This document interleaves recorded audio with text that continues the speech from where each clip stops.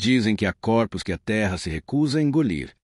Corpos que vagam, secos, pedindo perdão que nunca vem. Essa é a história de um deles. Um homem esquecido pelo tempo.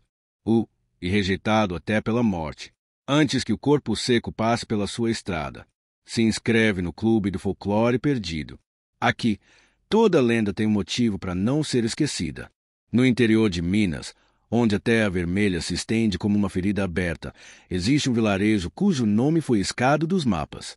Os moradores não falam dele. Os viajantes o evitam.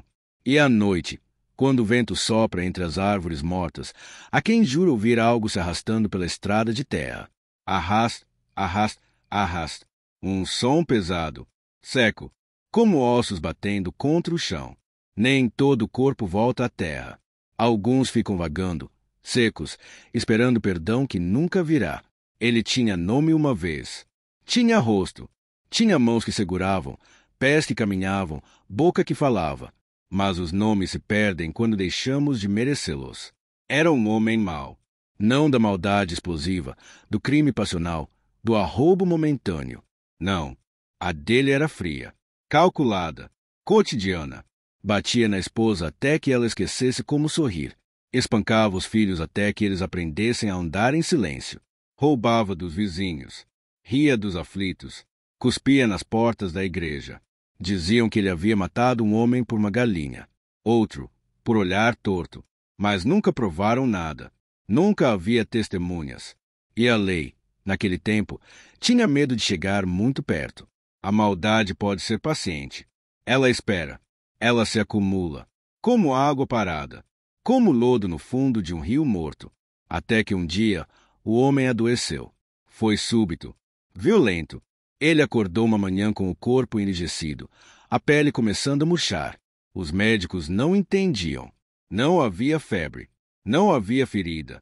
Apenas secura. A pele ressecava. Os olhos afundavam. As mãos se contorciam como galhos secos. Ele gritava à noite. Pedia perdão a Deus. Mas as palavras não saíam com convicção. Eram ocas, vazias, como se até sua voz estivesse se desidratando.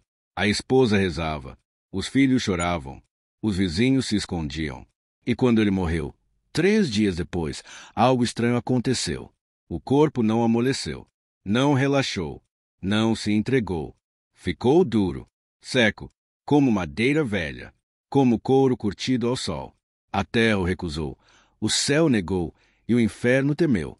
Tentaram enterrá-lo no pequeno cemitério ao lado da igreja. Cavaram a cova de manhã cedo. O padre benzeu a terra. As mulheres cantaram. Mas quando baixaram o caixão, a terra se recusou. Não afundava. Simplesmente não afundava. Jogaram mais terra. Pisaram. Socaram.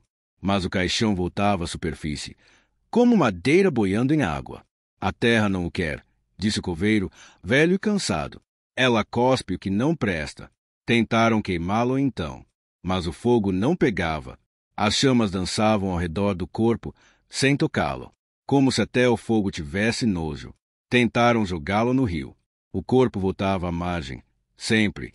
E na terceira noite, quando os homens já não sabiam mais o que fazer, o caixão amanheceu vazio. Começou devagar. Um arrastar na estrada, um gemido baixo, um cheiro de morte seca no ar. As crianças viam uma sombra passando pelas janelas. Os cães uivavam até perderem a voz. As galinhas paravam de botar. E nas noites sem lua, quando o silêncio era tão profundo que até os grilos se calavam, todos ouviam. Perdão, perdão, perdão. Não era uma voz. Era um eco, uma repetição mecânica, como se a palavra tivesse sido esvaziada de significado. Viram-no uma vez os corajosos que ousaram olhar.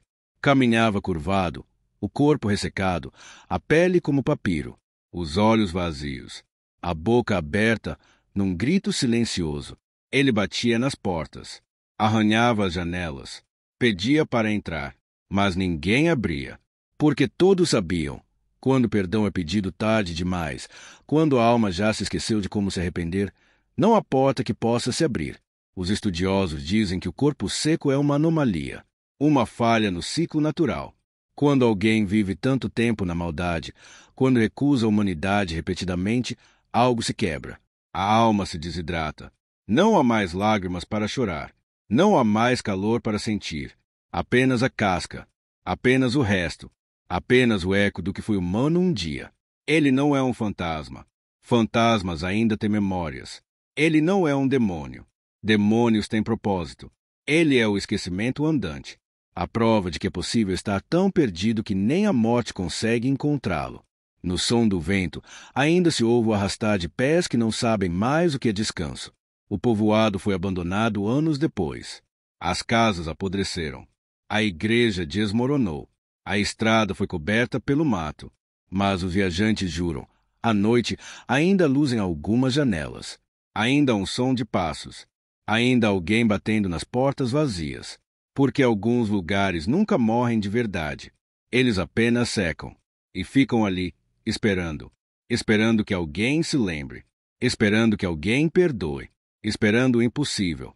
Se você passa por uma estrada velha, esquecida, onde o mato cresce alto e o silêncio é pesado.